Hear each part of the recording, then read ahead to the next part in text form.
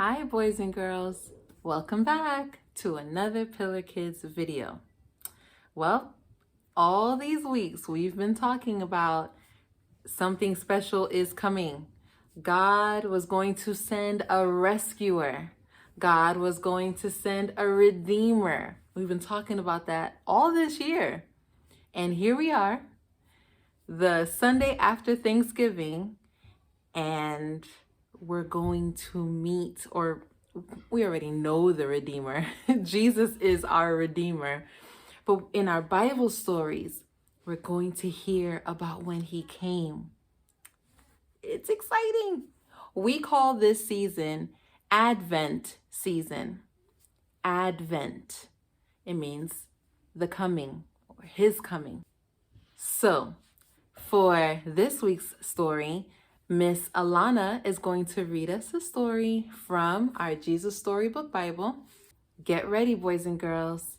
For the next couple weeks, we're going to be hearing about when Jesus came to earth. That's really the whole point of Christmas is Jesus came to earth.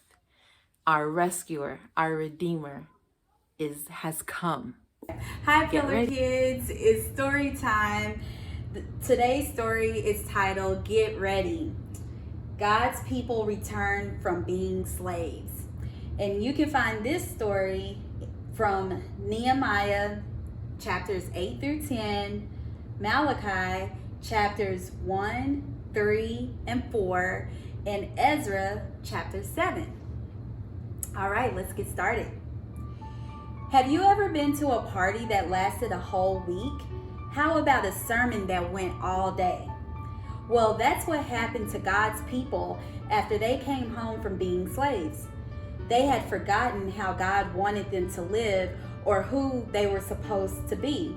So Ezra and Nehemiah read them the rules God had given Moses. But something odd happened.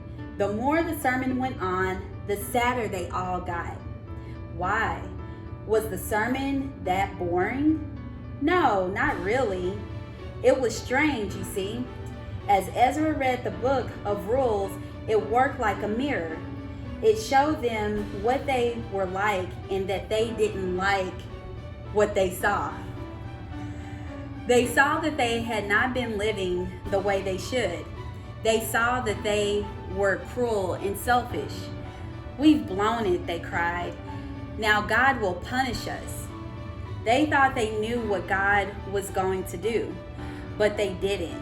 Of course, they might have picked up a clue from Ezra's name, which means help is here, an even stronger one from Nehemiah's name, because his name means God wipes away our tears.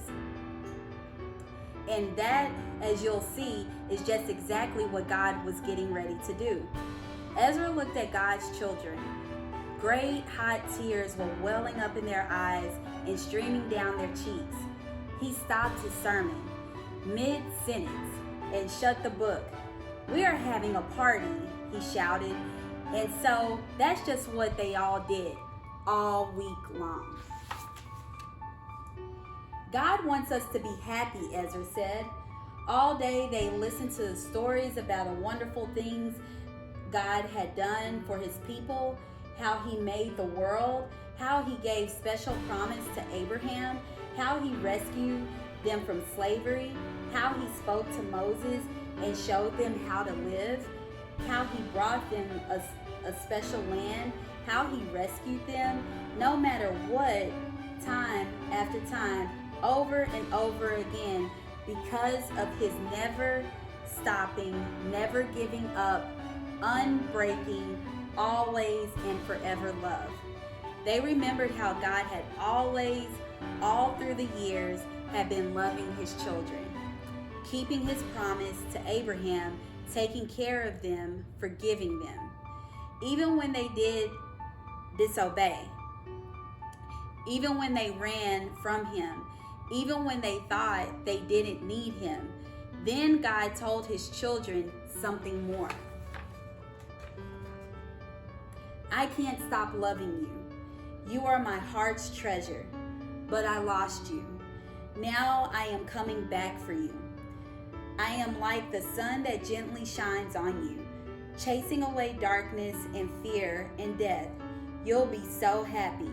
You'll be like little cows running free in an open field. I am going to send my messenger, the promised one, the one you have been waiting for, the rescuer. He is coming, so get ready. It had taken centuries for God's people to be ready, but now the time had almost come for the best part of God's plan. God himself was going to come, not to punish his people, but to rescue them.